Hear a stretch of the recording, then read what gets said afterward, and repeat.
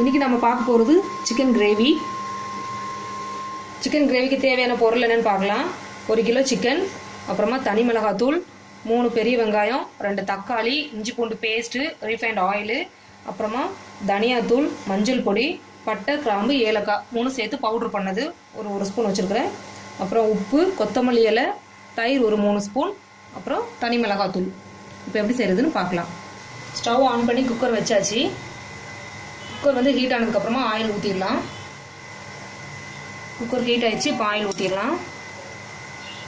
Oil heat ஆயிடுச்சு. இப்போ வெங்காயம் போடலாம்.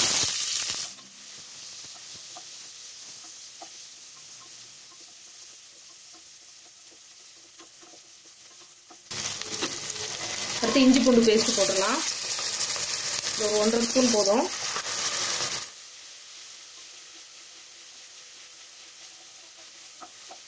இப்போ தக்காளி போட்டுடலாம்.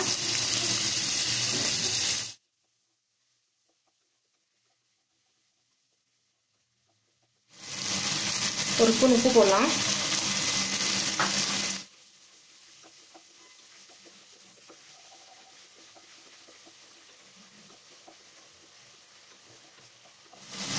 ஒரு 1/4 ஸ்பூன் மஞ்சள் பொடி போட்டுடலாம். 2 கரண்டி மிளகாத்தூள் போட்டுடலாம். அதே அளவு மல்லிப்பொடியும் போட்டுடலாம்.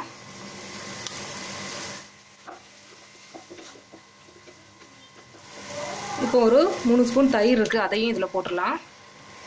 தயிர் வந்து ஃப்ரெஷ்ஷான தயிராக இருக்கணும்.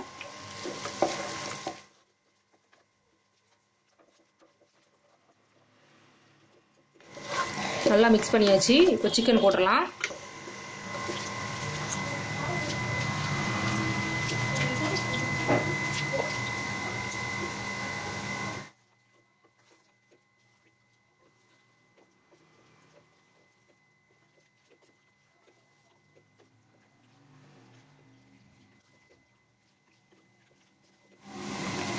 இப்போ இங்கே இருக்கிற பட்டை, கிராம்பு, ஏலக்காய் பவுடரையும் இதோட சேர்த்துடலாம்.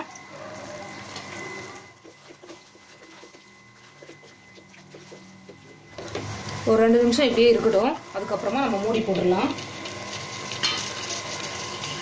இப்போ இதில் கொஞ்சமாக தண்ணி ஊற்றலாம். நிறைய வேண்டாம், கொஞ்சம் போதும்.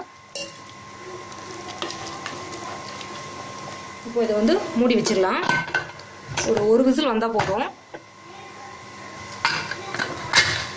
ஒரு விசில் வந்ததுக்கப்புறமா நம்ம ஓப்பன் பண்ணலாம். ஒரு விசில் வந்துருச்சு. நான் இப்போ ஸ்டவ் ஆஃப் பண்ணிட்டேன். ப்ரெஷர் போனதுக்கப்புறமா நம்ம ஓப்பன் பண்ணி பார்க்கலாம். ப்ரெஷர் போயிடுச்சு. இப்போ மூடி ஓப்பன் பண்ணிடலாம்.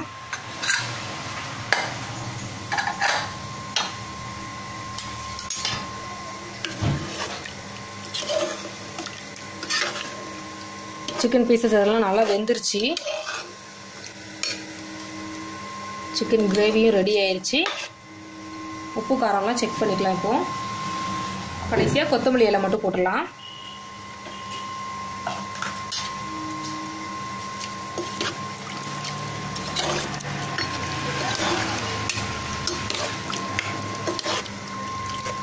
இப்போ இதை வேற பாத்திரத்துக்கு மாற்றிடலாம்.